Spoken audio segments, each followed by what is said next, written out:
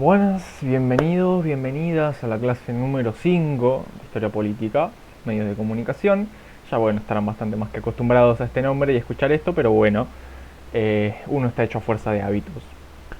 Bien, estamos en la última clase antes del parcial. Es la última clase también de la unidad 2, la unidad más extensa de la materia. Así que es entendible que a este punto ya estén un poco cansados de ver diarios y diarios, pero bueno, esta es la última clase, como vengo diciendo, pero eso no implica que veamos poco, todo lo contrario. Y como ya adelantamos en el Moodle, vamos a ver muchísimo durante esta clase. Vamos a ver más de 30 años de historia argentina condensadas.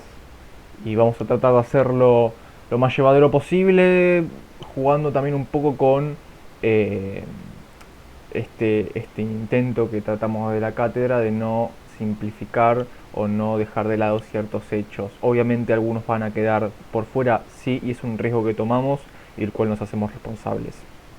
Pero bueno, basta de estas, eh, estas palabras previas. Como ya dije en otras clases, el tiempo es tirano. Así que arranquemos. Estamos en 1976. El gobierno de Isabel Martínez, ex viuda de Perón, claramente está envuelto en una vorágine de violencia y de crisis económica cada vez más fuerte. La guerrilla claramente es uno de los grandes problemas de la opinión pública, de la agenda. Las fuerzas parapoliciales, paramilitares también lo son, pero claramente al responder al propio Estado eh, son tratados de otra manera. Los militares, con el operativo Independencia en 1975, han desarticulado prácticamente a través de métodos que, que presagian el horror que se viene, la tortura, la desaparición y un montón de métodos atroces.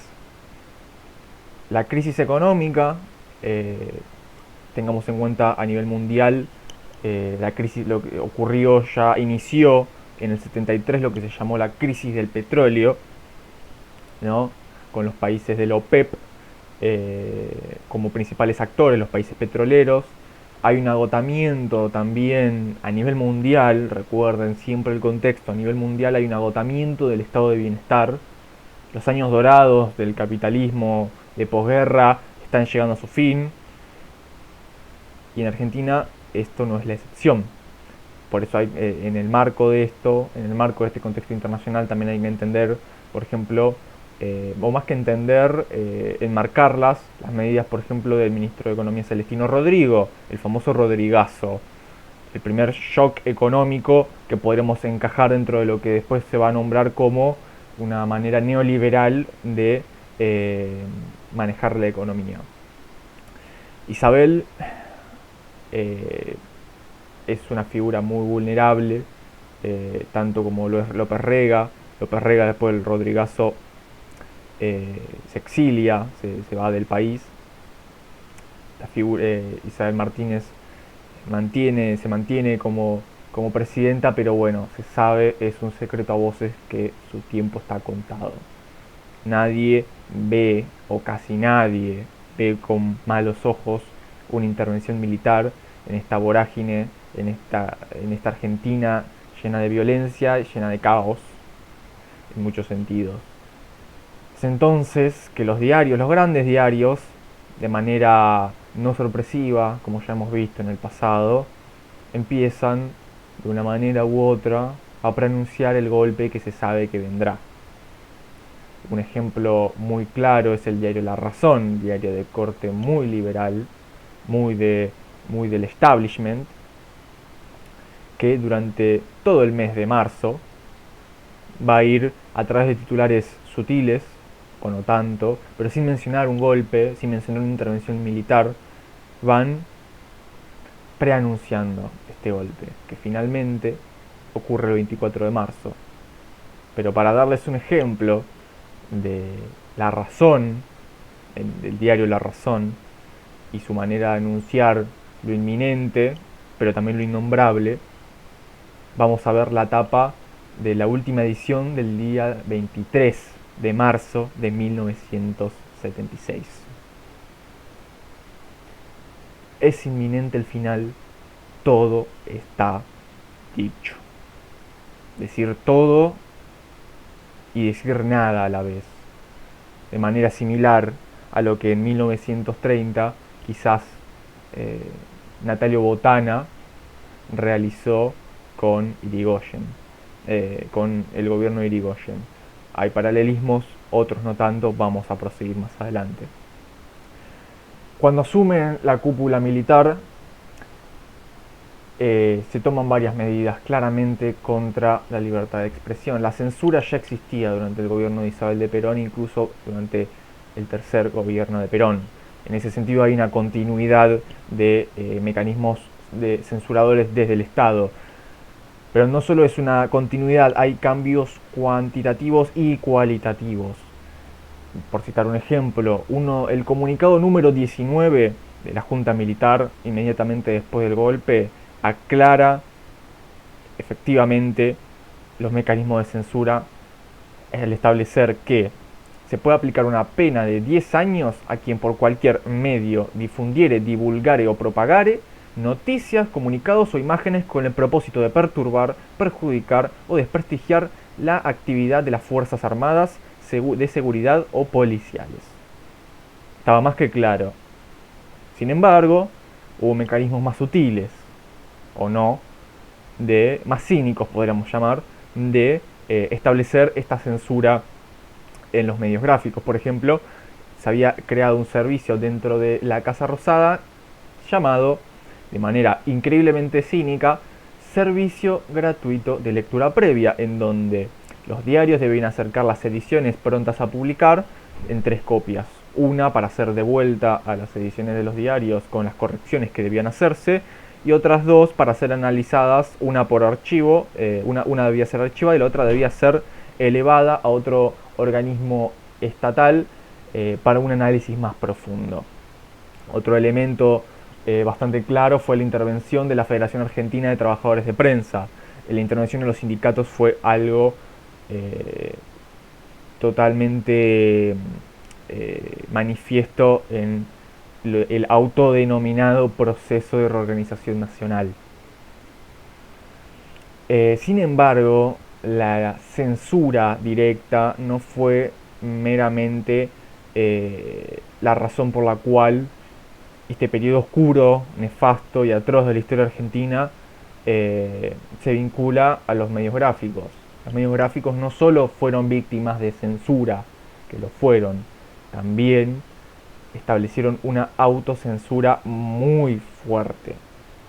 El ejemplo más claro de esta autocensura radica en el no tratamiento que le dieron a las sistemáticas de desapariciones, torturas y asesinatos de miles y miles de personas. Fueron muy pocos los diarios que publicaron solicitadas de desaparecidos, y los que lo hicieron en la mayoría de los casos sufrieron, mejor dicho, consecuencias por parte del gobierno militar. Si tuviéramos que establecer al gobierno militar en 2 bloques en relación al vínculo que tuvo con la prensa gráfica, podremos partirlo en 2, entre 1976 y 1980. La primera parte de 1976 con 1980 coincide prácticamente con todo lo que fue el mandato de general Videla. En ese periodo también fue el periodo donde más intensa fue la persecución y la represión paraestatal. El terrorismo de Estado en esos años fue mucho más fuerte. Sin embargo, proseguiría en los años finales de la dictadura. Es en este periodo de 4 años donde la persecución y la censura van a manifestarse de manera más fuerte, como así también la autocensura. Entre 1980 y 1983 va a haber un quiebre lento, gradual del discurso que se va a acentuar con la guerra de Malvinas. Sin embargo, no nos apresuremos, que todavía estamos calentando. Dentro del bloque, podríamos llamar, de diarios, de los grandes diarios, muchos fueron clausurados, claramente diarios opositores fueron clausurados, intervenidos, directamente eliminados. Hubieron dentro de los grandes diarios, podremos dividirlos en tres bloques. Por un lado, los diarios con propiedad cuya parte era parte del Estado, habían sido intervenidos o habían sido comprados o directamente eran propiedad de algún miembro o de algún organismo de la cúpula militar. Dentro de este grupo podemos poner al diario La Razón, claramente afiliado, emparentado con el discurso castrense y de política liberal que establecía el gobierno. Tenemos el caso de La Opinión, que es un caso muy importante y vamos a detenernos acá en este caso, porque La Opinión era un diario de estilo liberal, como habrán leído en los años 70, un diario que se denominaba de las grandes minorías, un diario de sesudo análisis, dirigido por Javier Timerman, que incluso en el golpe militar no mostró simpatías hacia la presidenta derrocada, todo lo contrario, estuvo a favor del derrocamiento, del golpe de Estado, como muchos diarios. La diferencia importante es que Javier Timerman fue uno de los pocos, junto a través del diario La Opinión, que denunció las prácticas terroristas del gobierno, las prácticas represivas. Esto generó que el propio Javier Timerman fuera secuestrado, desaparecido y torturado. Fue gracias a la intervención internacional a través de la Comisión Interamericana de Derechos Humanos e incluso del gobierno de Jimmy Carter en Estados Unidos que Javier Timerman fue liberado y se exilió hasta el final de la dictadura. Mientras tanto, el diario La Opinión permaneció intervenido por los militares. Otro ejemplo, podemos catalogar de aún más macabro, es el del diario Convicción, fundado por Macera, uno de los cabecillas de la cúpula militar. Macera tenía intenciones de crear un proyecto político emparentado en ciertos aspectos con el peronismo. Para llevar esto a cabo necesitaba un organismo de prensa que le haga voz, y no tuvo mejor idea que fundar un diario ante la imposibilidad de adquirir alguno de los diarios tradicionales. Para fundar este diario no tuvo mejor idea que utilizar a secuestrados, desaparecidos, que se encontraban en la Escuela de Mecánica de la Armada, en la ESMA.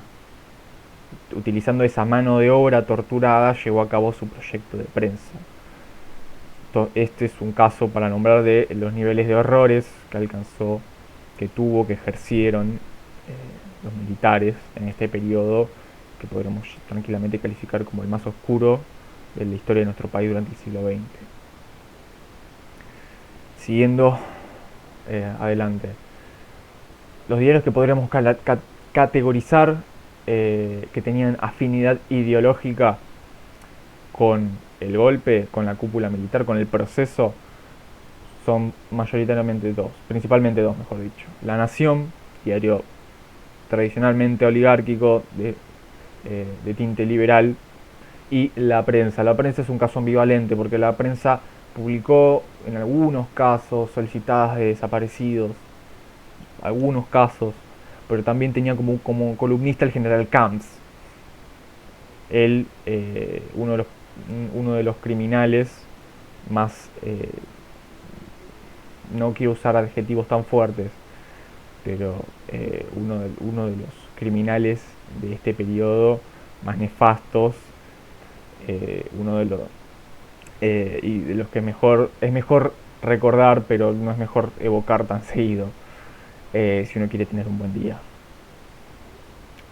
Como diarios intermedios se podría catalogar a Clarín.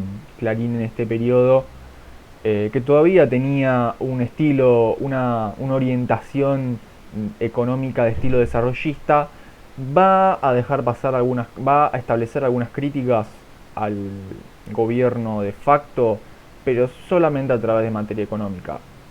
No podría catalogárselo como un diario opositor, de la misma manera como sería Crónica, no eran opositores, pero las críticas que establecían ocurrían eh, a través de materia económica. Era la forma que algunos diarios encontraron, si es que tuvieron esa pretensión, a veces directamente no la tenían, de dejar pasar algún tipo de criticismo al gobierno dictatorial.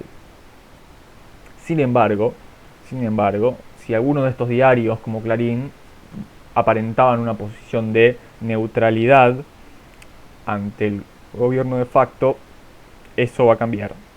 Porque en 1977 el gobierno militar obligó a la familia Gravier, breve paréntesis, la familia Gravier era la propietaria de la mayoría de las acciones de la Sociedad Anónima de Papel Prensa. Eh, Básicamente eran dueños de la fabricación del papel prensa en el país, por reducirlo de manera rápida. Bueno, el gobierno militar los obligó esencialmente a transferirles sus acciones, es decir, digamos que les expropió por la fuerza eh, a la familia Gravier eh, su compañía, que no era cualquiera, era la fabricadora de papel prensa del país. No había otra. El resto se importaba del papel prensa. El Estado se quedó con el 25%. ¿Qué hizo con el resto? Lo licitó, lo llamó a licitar. ¿A quiénes invitó? Invitó a Clarín, invitó a La Nación, invitó a La Razón e invitó a la prensa. La prensa se bajó de la convocatoria, aduciendo razones de tinte liberal y que ya tenía un compromiso previo con compañías que exportaban papel prensa, se baja. Entonces, el resto, el 75% de las acciones restantes, se la distribuyen Clarín, La Nación y La Razón. Es decir, que si alguno de estos diarios no tenía un compromiso directo con la dictadura hasta ese momento, ahora lo tiene y son partícipes directos de los negociados que se establecieron con la dictadura militar. No solo esto, sino que el gobierno empezó a subsidiar a la empresa de papel prensa, es decir, reducía los costos de fabricación del papel prensa y, por si fuera poco, subió los aranceles de la importación de papel prensa del exterior en un 48%, prácticamente lo duplicó. Eh, no, me equivoqué, no lo duplicó, casi, o sea, la mitad lo duplicó. ¿Qué significa esto? Que para cualquier otro diario importar papel prensa iba a ser muchísimo más caro de lo que venía siendo. Puede ser el caso de diario La Prensa. No solo esto, sino que al momento de tener que adquirir el papel prensa de, eh, del Estado, que ahora era dueño, al menos en parte, del papel prensa, en realidad tenías que comprarle el papel para imprimir tus diarios a tu competencia. Es decir, Clarín, La Nación y La Razón. Claramente hubo acá se establecieron preferencias que iban a ser, en muchos casos, retribuidas eh, por las editoriales de estos diarios beneficiados. Esto ocurrió en 1977. 1977, a un año ya del golpe, es importante remarcar otro hecho fundamental, y es la figura de Rodolfo Walsh. Rodolfo Walsh, para este momento, no es un desconocido, lejos está de ser un desconocido, lejos está de ser ese periodista que descubre casi por accidente el fusilamiento de José León Suárez, que le llevan a escribir Operación Masacre. Lejos está de ser ese periodista que desentramó y analizó y dio a conocer varios mecanismos de los sindicatos de la denominada burocracia sindical de la derecha peronista, de la ortodoxia peronista también conocido, en Quien mató a Rosendo. Tampoco es ya el que escribió el caso Satanowski, que desvela cómo las operaciones dentro de la apropiación y reapropiación del diario La Prensa llevaron al asesinato del abogado Satanowski. Rodolfo Walsh en este punto es un periodista y un intelectual central de la vida política argentina, un político porque era hasta a este punto de su vida, la política ocupa un rol central en su vida a través del periodismo militante. Walsh en el 77 está en la clandestinidad, todavía forma parte de la organización Montoneros. Sin embargo, a pesar de todo eso, a pesar de que su hija, Victoria, fue asesinada, bueno, en realidad se suicida, pero prácticamente fue llevada al suicidio en un enfrentamiento con una fuerza de seguridad, Walsh, sin embargo, a pesar de todo este panorama adverso, funda la agencia clandestina de noticias, Ancla. Ancla fue uno de los pocos intentos de tipo clandestino en tratar de romper lo que se denominó el cerco comunicacional que estableció el gobierno. Acá vamos a leer el pequeño fragmento que acompañaba a cada una de las gacetillas de Ancla. Reproduzca esta información, hágala circular por los medios a su alcance, a su mano, a máquina, a mimeógrafo, oralmente. Mande copias a sus amigos. 9 de cada 10 les estarán esperando. Millones quieren ser informados. El terror se basa en la incomunicación. Rompa el aislamiento. Vuelva a sentir la satisfacción moral de un acto de libertad. Derrote al terror. Haga circular esta información. Para este momento, 1977, en vísperas del aniversario, Walsh prepara una carta firmada por puño y letra por él. Esta carta, ustedes ya la conocen, y es la carta abierta de un escritor a la Junta Militar. 24 de marzo, Walsh, en esta carta, que trata inútilmente de publicar en algún diario, pero también que envía directamente a la Junta Militar, denuncia los horrores y las atrocidades que cometió en ese año de gobierno el proceso de organización nacional. Es en este trabajo, en este esfuerzo sobrehumano, que Walsh es interceptado y en un tiroteo que establece con la fuerza de seguridad es herido de muerte y secuestrado para pasar a formar parte de uno de los 30.000 desaparecidos que hasta hoy siguen buscando. Siguiendo adelante, solamente para no olvidar el esfuerzo de Walsh, Ancla seguirá un poco tiempo más a cargo de Horacio Berbisky. Sin embargo, el proyecto claramente por la represión deberá dejarse de lado y su trabajo y su esfuerzo será reconocido posteriormente en la democracia. Siguiendo adelante, estamos en 1978. 1978, claramente para los que son futboleros, es una fecha asociada fuertemente al Mundial de Fútbol que se realizó en Argentina. ¿Qué características tuvo este Mundial de Fútbol? Que no solamente fue un Mundial de Fútbol, fue una estrategia publicitaria para el gobierno militar, para lavar su cara. ¿Por qué? Como mencionamos anteriormente, con la cuestión de Javier Timerman, empezaba a haber una presión bastante fuerte de los organismos de derechos humanos de carácter internacional por establecer algún tipo de blanqueamiento de la situación de muchos detenidos, muchos desaparecidos. Las denuncias por torturas empiezan a aparecer en diarios europeos, en diarios norteamericanos. El Mundial de Fútbol, que ya se conocía de hace más de una década que iba a organizarse en Argentina, sin embargo, adopta un tinte político, publicitario muy fuerte para el gobierno nacional y también presenta una oportunidad muy fuerte para muchos organismos de derechos humanos de dar a conocer la situación que estaba sucediendo en Argentina.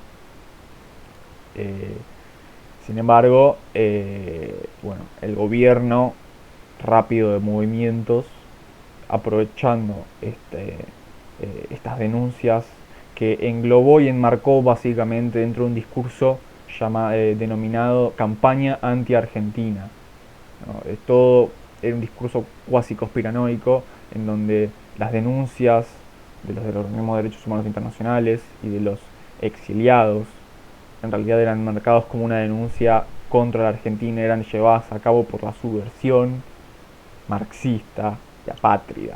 Ese discurso va a tener su punto más álgido durante este periodo histórico. Es en ese momento en donde aparece este nefasto eslogan.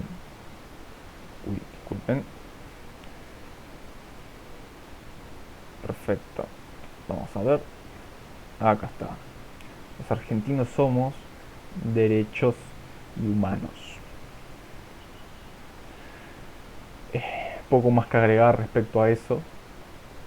El mundial, como todos conocemos, Argentina lo gana en la final bastante, bastante complicada contra Holanda, y pareciera que por momentos la crisis dentro del gobierno militar se había aplacado, cosa que no fue así, porque la crisis económica en el país empezaba a asomar, el modelo económico implantado por el gobierno comenzaba a mostrar sus fallos, y no había censura que pudiera aplacarlo.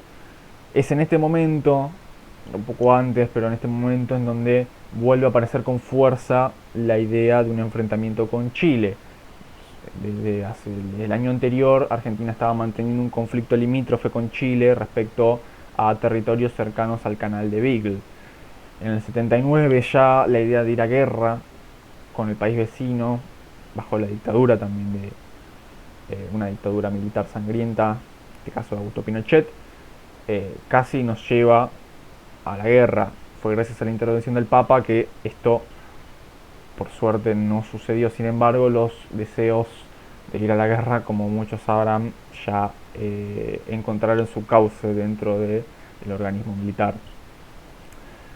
Otro, y esto vale la pena también mencionar antes de continuar, el diario La Opinión no fue el único diario que, publicaba la solicitada de los desaparecidos. El diario más importante en este sentido que realizó esa acción fue el Buenos Aires Herald, un diario que se publicaba tanto en inglés como en español, dirigido por Robert Cox.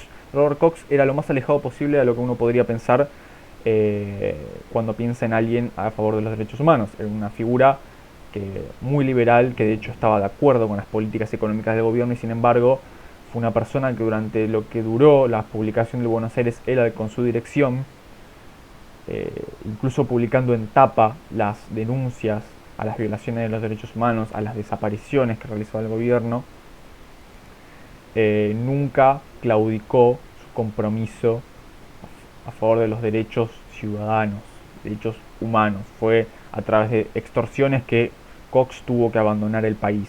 Sin embargo, su prestigio, su compromiso a nivel editorial hasta el día de hoy es recordado. El Buenos Aires Herald fue cerrado hace 3 años por cuestiones económicas. Siguiendo, 1978-1979, en este momento son los últimos años de General Videla. Ya en 1981 asume General Viola. Viola hace un intento aperturista que claramente fracasa, y es sucedido rápidamente por Leopoldo Galtieri, quien tiene que lidiar con el fuerte cuestionamiento que empieza a surgir de varios sectores políticos y sociales. El 30 de marzo ocurre una gran movilización convocada por varios sindicatos, principalmente la CGT, que termina en represión y muertos. Sin embargo, el 2 de abril, bueno, ocurre lo que ya todos sabemos que ocurre. La Junta Militar toma las Islas Malvinas y bueno, ¿qué más se puede agregar de lo que uno ya sabe, ¿no? A nivel de la guerra.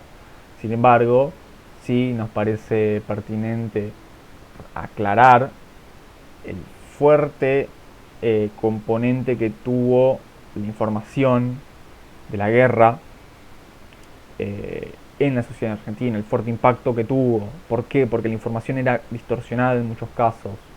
Telam, la agencia de noticias Telam, que no venimos mencionando, pero porque básicamente en este punto era un organismo más de distribución de la información oficial o desinformación oficial de la Junta Militar. Telam tuvo un rol importante justamente en esto. Uno cuando piensa en la guerra de Malvinas y en la desinformación es probable que se le venga una imagen a la cabeza. Esa imagen a la cabeza, imagino que tendrá mucho que ver con esta que estamos acá. Están viendo acá. Disculpen las dificultades técnicas. Acá. Estamos ganando. Seguimos ganando.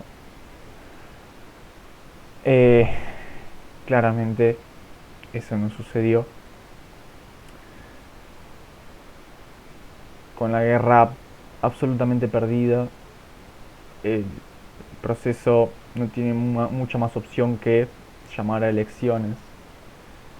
Y es en este momento donde adquiere más fuerza una revista que ya desde el año 78, a través de mecanismos muy sutiles, pero también a través de la sátira, comienza a adquirir mayor fuerza y empieza a ser reivindicada. Estamos hablando de la revista Humor. Acá podemos ver su primer número. Humor registrado, mejor dicho. 1 de junio de 1978, vísperas del Mundial. Ya arrancamos una parodia, una sátira, tanto de Menotti como de Martínez de Oz. Menotti de Oz dijo: el Mundial se hace cueste lo que cueste.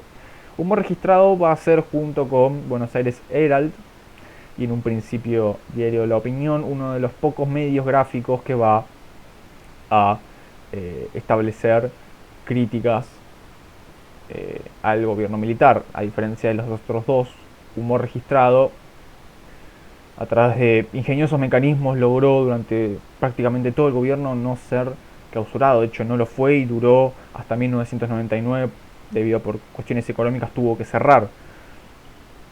Esto es un poco para remarcar la fuerza que tuvo, que tiene también la acidez y el humor, no solamente para desestabilizar gobiernos democráticos, sino también para desestabilizar gobiernos dictatoriales. Retomando y cerrando esta primera parte de la clase, después del desastre en las Malvinas, Galtieri renuncia y es reemplazado por Pignone, que vuelve a habilitar elecciones, y el 30 de octubre se celebran de 1983, dando como ganador a Raúl Alfonsín, que asume el 10 de diciembre, Día de los Derechos Humanos, conmemoración de los Derechos Humanos, dato no menor, y arranca lo que se llamará la primavera alfonsinista. Pero bueno, eso es para la siguiente parte de este video.